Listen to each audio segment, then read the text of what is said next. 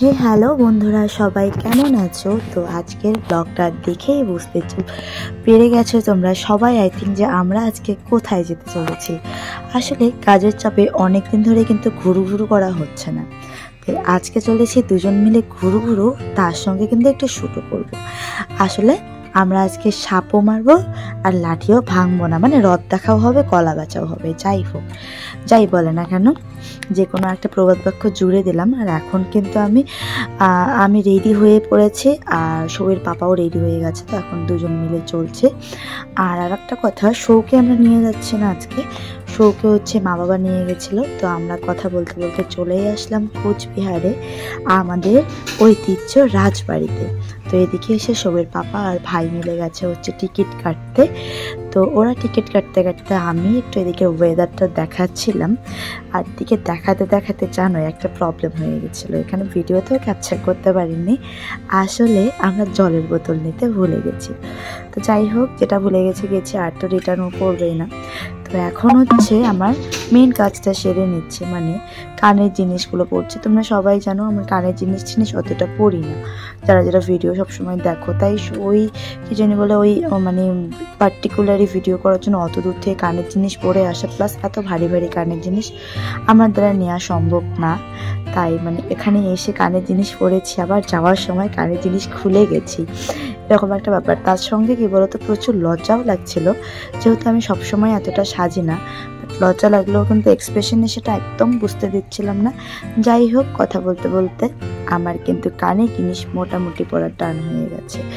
আর আজকের এই শাড়িটাতে দেখছো, এই শাড়িটা নেবারও অনেক গল্প আছে। যেদিন আমি এই শাড়িটার পরে ইচ্ছে আছে আর কি তোমাদের সামনে একটা পয়লা বৈশাখ টিউটোরিয়াল শেয়ার করব, যদি সত্যি কখনো শেয়ার করতে পারি। যাই হোক, পয়লা বৈশাখ হোক বা শারদীয়ার লুক হোক, যাই শেয়ার করি না কেন, সেদিন আমি এই শাড়িটা কেনার গল্প তোমাদের সঙ্গে শেয়ার করব।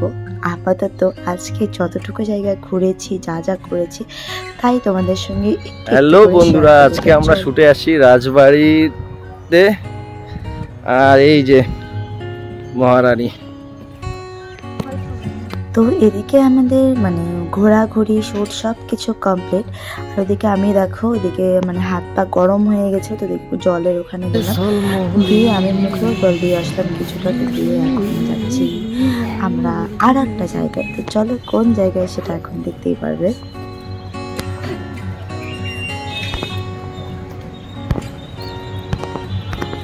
তো যাই হোক, এখন কথা না বাড়িয়ে চলো রাজবাড়ি ছেড়ে আমাদের মেন জায়গায় যাওয়ার উদ্দেশ্যে। অ্যাকচুয়ালি আজকে এসেছিলাম যে আজকে এখানে রাজবাড়িটা একটু ঘুরবো আর লাঞ্চটা কোথাও একটা করব। কিন্তু পরে আমাদের এই ভাইটা বললো যে দিদি, এদিকে একটা নতুন ক্যাফে খুলেছে, চলো একবার ক্যাফেটা ঘুরে আসি। তো আমি ভাবলাম চলো ঘুরে আসা যাক, যদি ক্যাফেটার লোকেশনটা ভালো লাগে নেক্সট টাইম তাহলে এখানে এসে শুটও সেরে নিতে পারবো। তো সেই উদ্দেশ্যেই চললাম আর কি ক্যাফেটার উদ্দেশ্যে।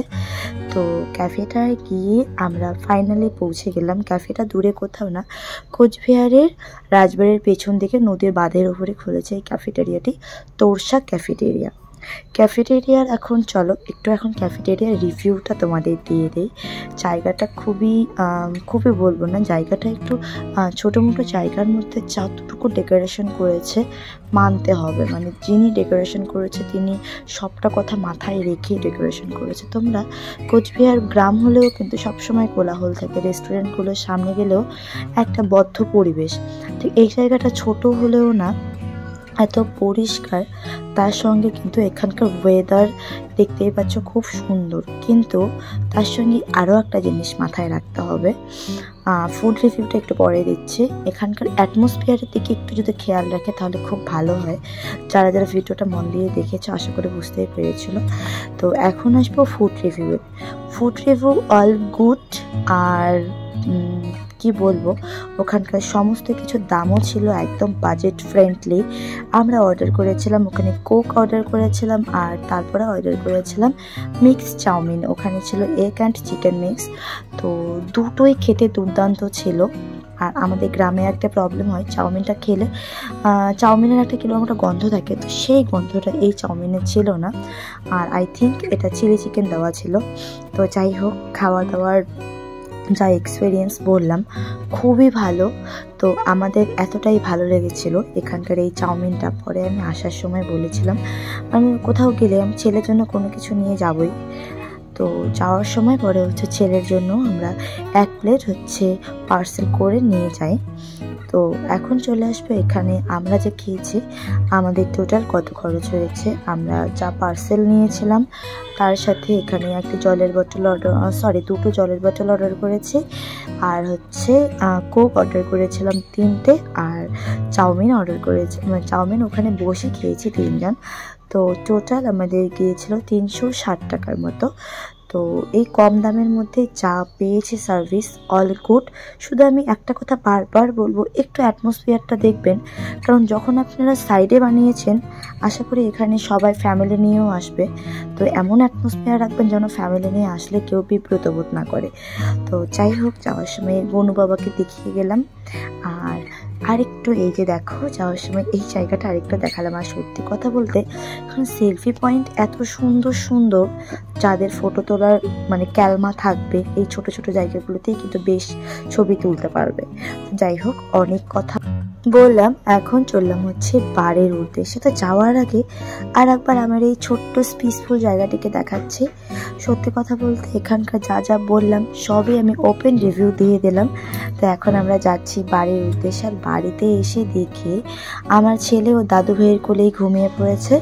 তো এখন আমার দৃশ্যটা একটু দেখাবো যে আমার কি অবস্থা। দেখো, চুল টুল সব উড়ে গেছে। এখানে ক্যামেরায় অতটা বুঝতে পারছো না, বাট অরিজিনালি আমার চুলগুলো দেখলে মানে আমারই হাসি পাচ্ছিল, এরকম একটা অবস্থা হয়েছে। তো ফাইনালি ড্রেসটা চেঞ্জ করে এখন আমি মাথায় একটু সুন্দর করে তেল দেবো, আর তারপরে হচ্ছে মেকআপটা তুলে ফেলবো। আচ্ছা, তোমরা মেকআপ কে দিয়ে তুলো একটু কমেন্ট করে জানিও তো। আমার কাছে কিন্তু মেকআপ তোলার জন্য সব থেকে বেস্ট মানে আমার নিজে আর কি, মানে যেটা যেভাবে তুলে আমি আর কি স্যাটিসফাইড পাই সেটা হচ্ছে নারকেল তেল। আর যারা যারা আমাকে সামনাসামনি দেখেছো সবাই জানো আমি নারকেল তেলের বিগ ফ্যান। মানে আমি সকালবেলা স্কিন কেয়ারও নারকেল তেল, স্কিনের কোনো কিছু ডাস্ট তুলতে তাও নারকেল তেল, হেয়ার কেয়ারও নারকেল তেল, মানে এভরিথিং নারকেল তেল। তো যাই হোক, কথা বলতে বলতে আমি আমার চুলের জটফট ছাড়িয়ে নিলাম। ছাড়িয়ে নিয়ে আমি আমার ফেসও নারকেল তেল দিয়ে পরিষ্কার করে ওয়াইপ আউট করবো। দেন হচ্ছে আমি ফেস ওয়াশ দিয়ে মুখটা ধুয়ে ফেলবো। তোমরা একটু বাদেই সেটা দেখতে পারবে। তো চলো, আজকের ভিডিও এ পর্যন্তই থাকলো। দেখা হচ্ছে নেক্সট ভিডিওতে। আর এই আজকের ছোট্ট ব্লগটি যার যার ভালো লাগলো প্লিজ প্লিজ প্লিজ তোমরা লাইক, কমেন্ট অ্যান্ড শেয়ার অবশ্যই করো। আর কমেন্ট করে বলো আমাকে এই প্রথম তোমরা লালপাড় শাড়িতে দেখলে কেমন লাগছে। অ্যাকচুয়ালি লালপাড় সাদা শাড়ি এই স্কিন কম্বিনেশনের জন্য অত সহজে নিতে পারিনি।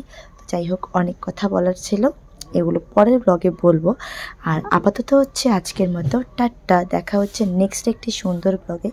ততক্ষণে তোমরা সাথে থেকো, পাশে থেকো, আর হ্যাঁ অবশ্যই সুস্থ থেকো। টাটা।